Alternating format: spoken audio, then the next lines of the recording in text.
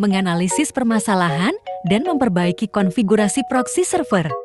Pembahasan berikut merupakan salah satu tujuan pembelajaran pada elemen pemasangan dan konfigurasi perangkat jaringan. Dengan kriteria ketercapaian tujuan pembelajarannya, ialah 1. Peserta didik mampu menganalisis permasalahan proxy server. 2. Peserta didik mampu memperbaiki konfigurasi proxy server.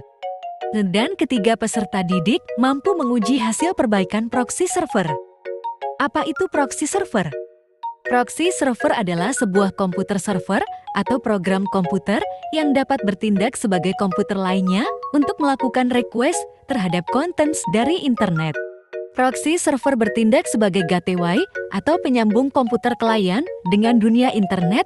Dalam hal ini, web server, request yang diterima oleh web server ini terlihat seolah-olah datang langsung dari komputer klien karena sifat proxy server yang invisible atau tidak terlihat.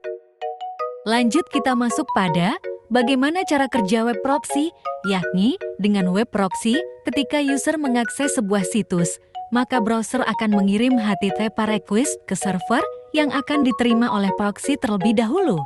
Kemudian HTTP request baru akan dibuatkan dan diteruskan ke server.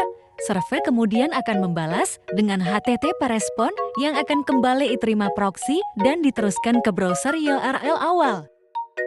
Bagaimana kesalahan proxy bisa terjadi? Penyebabnya yang pertama kelebihan server, kedua pengaturan proxy yang salah pada saat melakukan konfigurasi, ketiga masalah konektivitas jaringan, keempat pembatasan firewall. Berikut cara memperbaiki jika terjadi kesalahan proxy. 1. Menyegarkan halaman browser. Hal ini bertujuan mengirim ulang permintaan ke server proxy. 2. Memulai ulang router atau modem bertujuan agar dapat membuat koneksi baru ke server proxy. 3. Menyesuaikan pengaturan atau konfigurasi proxy. Pengaturan yang salah menyebabkan masalah komunikasi dengan server proxy. 4. Menonaktifkan VPN atau server proxy. Proxy berlapis-lapis dapat menyebabkan konflik dan kesalahan. 5. Memeriksa pengaturan firewall.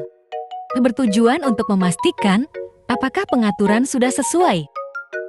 Tindakan yang dapat dilakukan untuk menghindari kesalahan proxy. Pertama, perbarui pengaturan proxy secara teratur. Kedua, pantau lalu lintas jaringan. Ketiga, gunakan server proxy yang andal. Nah, selanjutnya mari kita masuk pada langkah-langkah membuat web proxy di Mikrotik. Pertama-tama kita masuk pada Winbox. Setelah masuk pada halaman menu, kita pilih menu IP, kemudian pilih web proxy. Untuk mengaktifkan web proxy, pada tab General centang pilihan Enable. Isikan port yang akan digunakan oleh proxy, misalnya port 8080. CIC Administrator bisa diganti dengan email sesuai preferensi Anda selaku admin. Pada Max Cache CC menentukan berapa besar alokasi memori untuk menyimpan cache proxy, isi sesuai kebutuhan, atau bisa pilih unlimited. Selanjutnya centang opsi cache on disk agar penyimpanan dilakukan pada hard disk Mikrotik dan bukan pada RAM. Karena biasanya hard disk Mikrotik memiliki kapasitas lebih besar dari RAM, kemudian klik Apply, lalu klik OK. Untuk lebih jelasnya perhatikan gambar berikut.